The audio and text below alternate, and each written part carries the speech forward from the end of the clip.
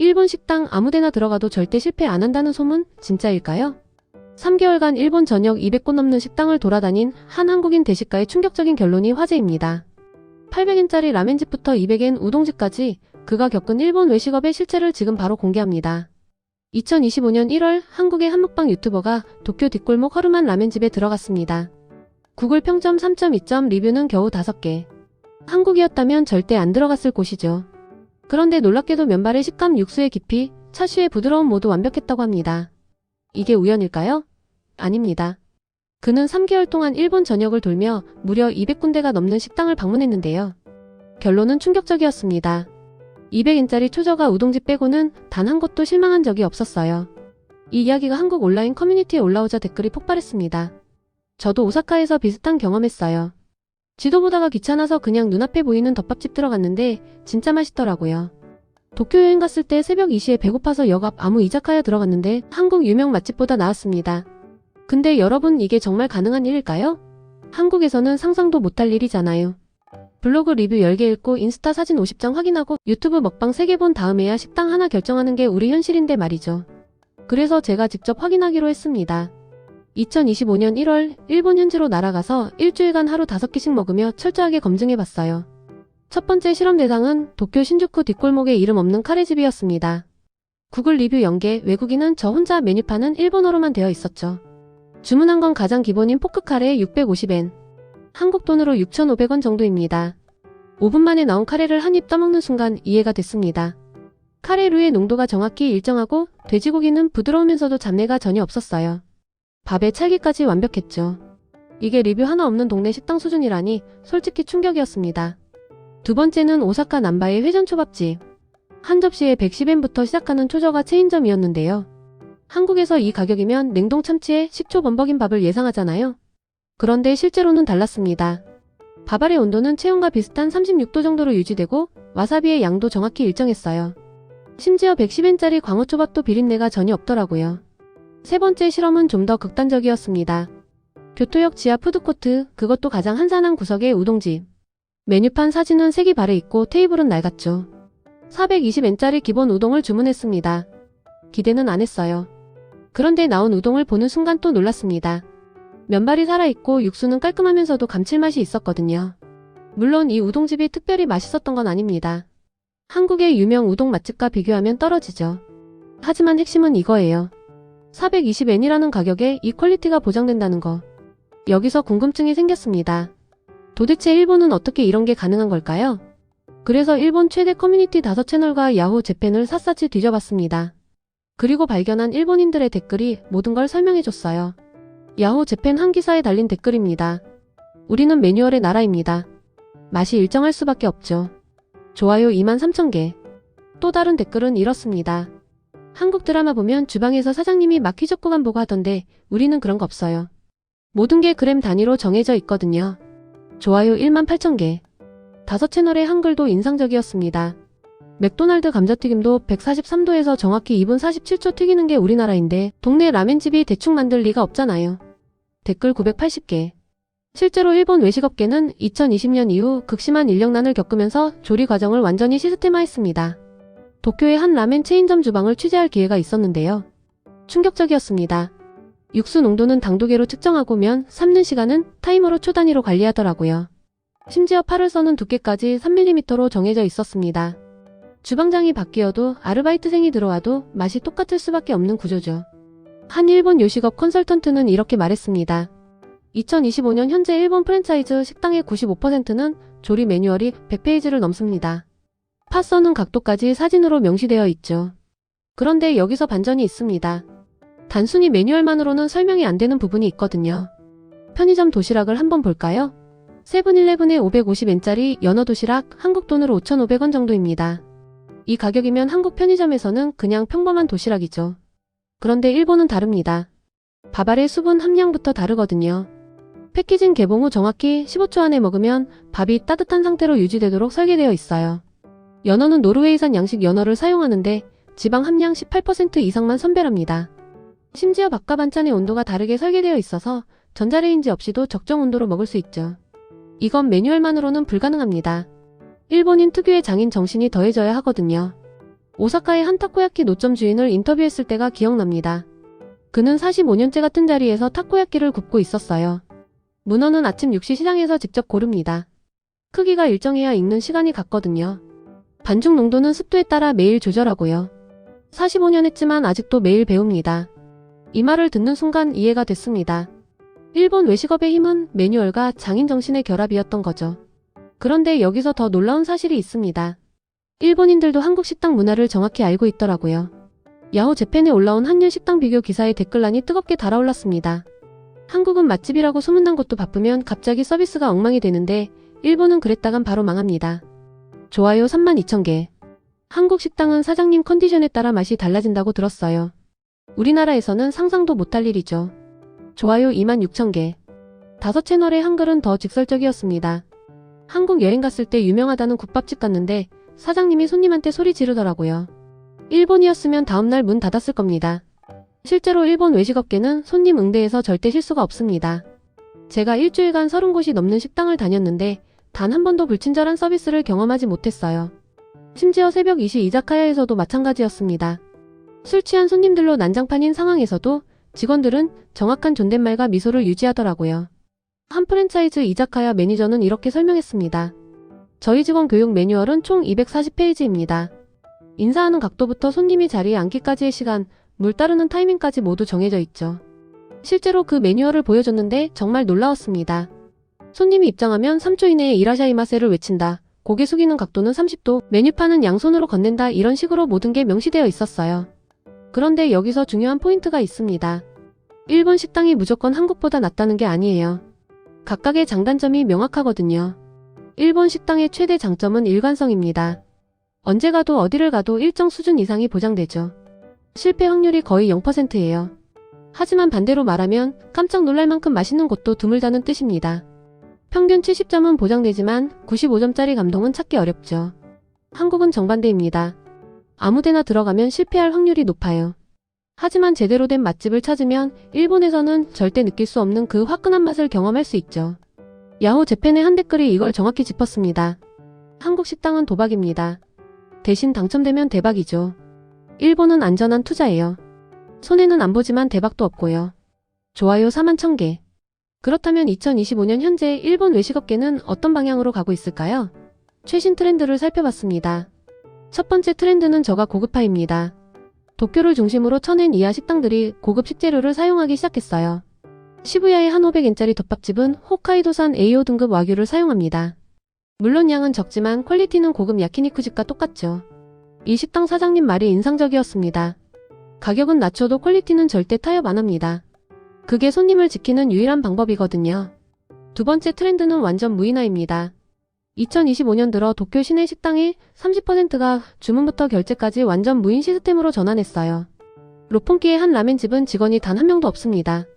태블릿으로 주문하면 로봇 파리면을 삶고 자동화 시스템이 토핑을 올리죠. 그런데 놀라운 건 맛이 유명 라멘집과 거의 똑같다는 겁니다. 세 번째 트렌드는 개인 맞춤화입니다.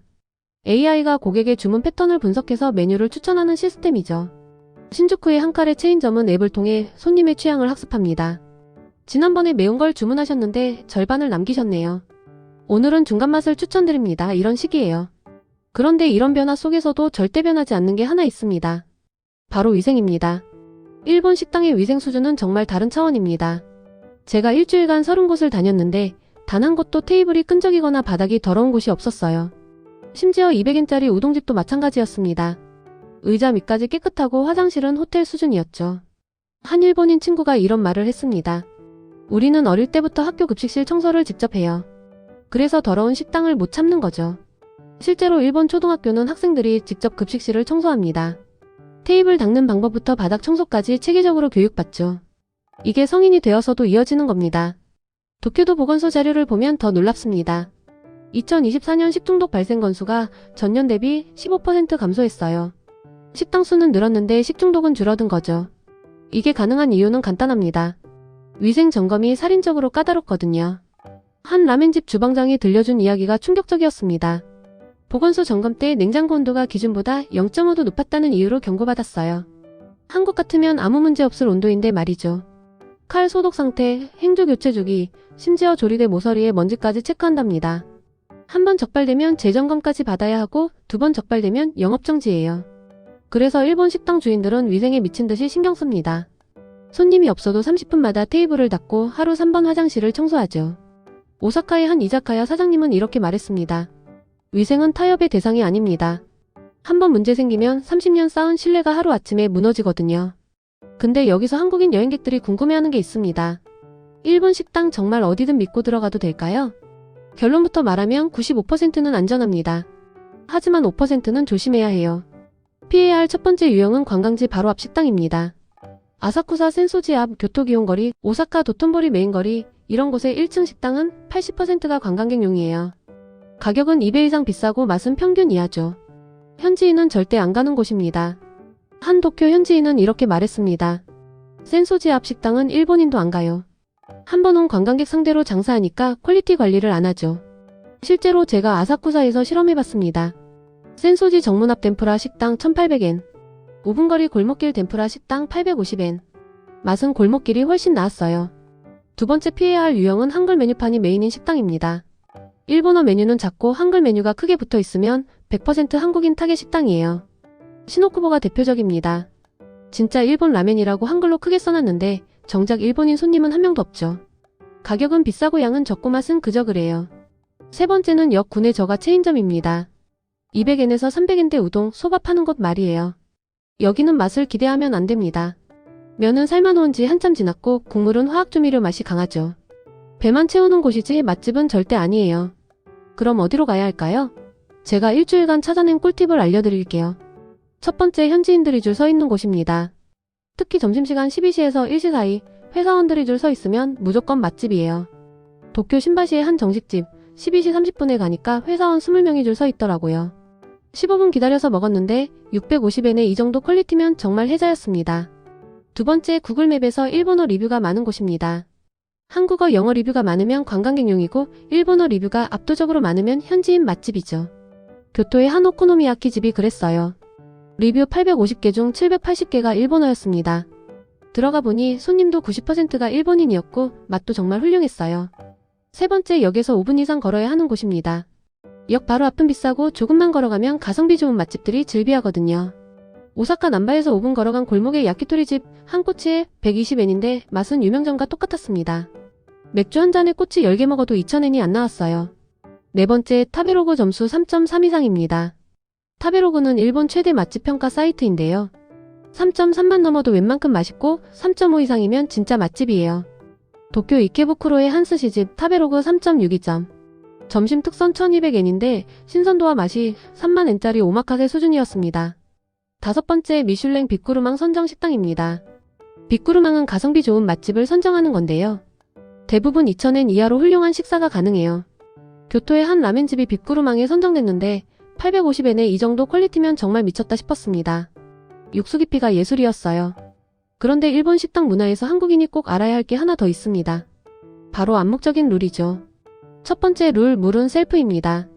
테이블에 물병이 놓여 있으면 직접 따라 먹어야 해요. 직원 부르면 민폐고요. 두 번째, 계산은 테이블에서 하지 않습니다.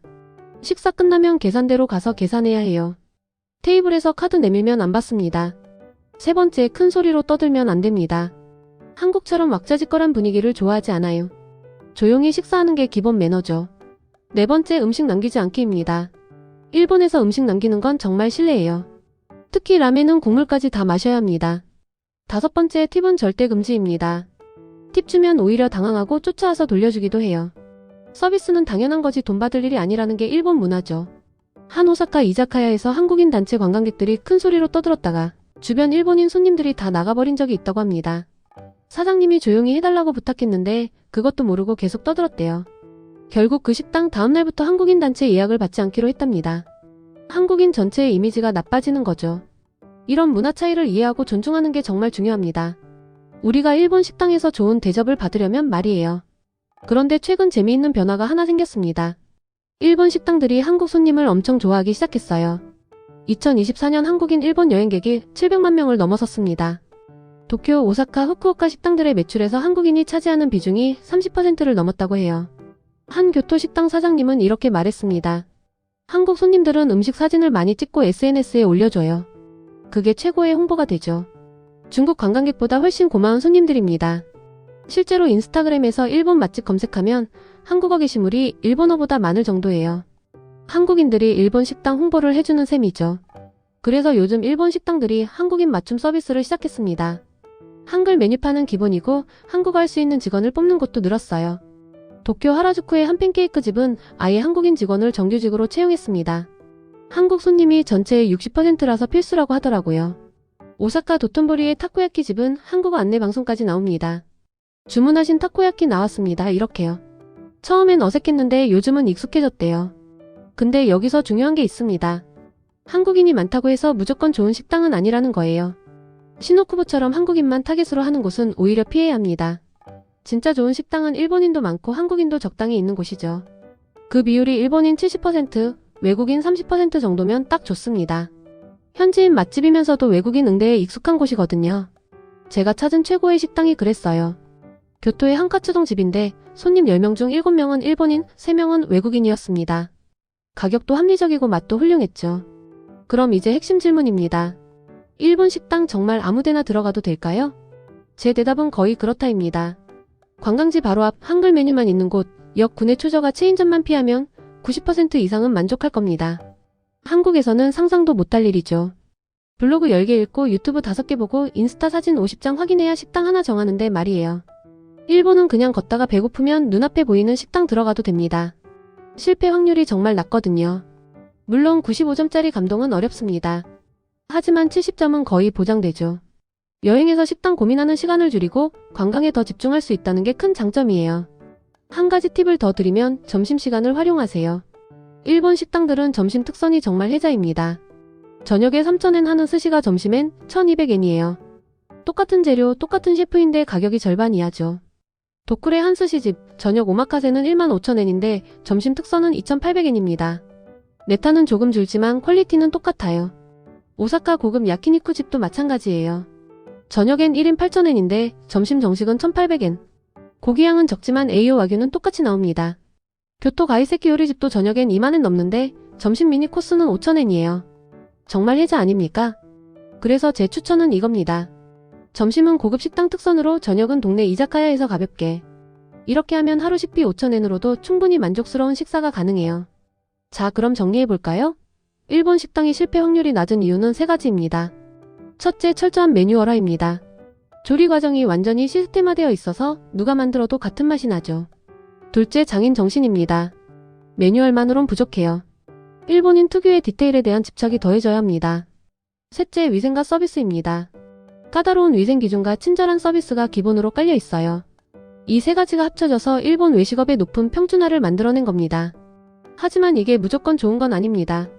일관성이 높다는 건 반대로 특별함이 적다는 뜻이기도 하거든요. 한국 식당처럼 와 이게 진짜 맛있네 하는 감동은 드뭅니다.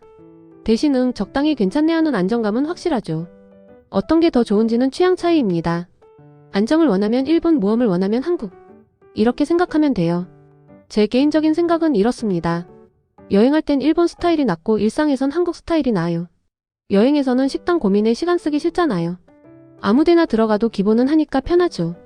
하지만 일상에선 가끔 대박 맛집을 발견하는 재미가 있어야 해요.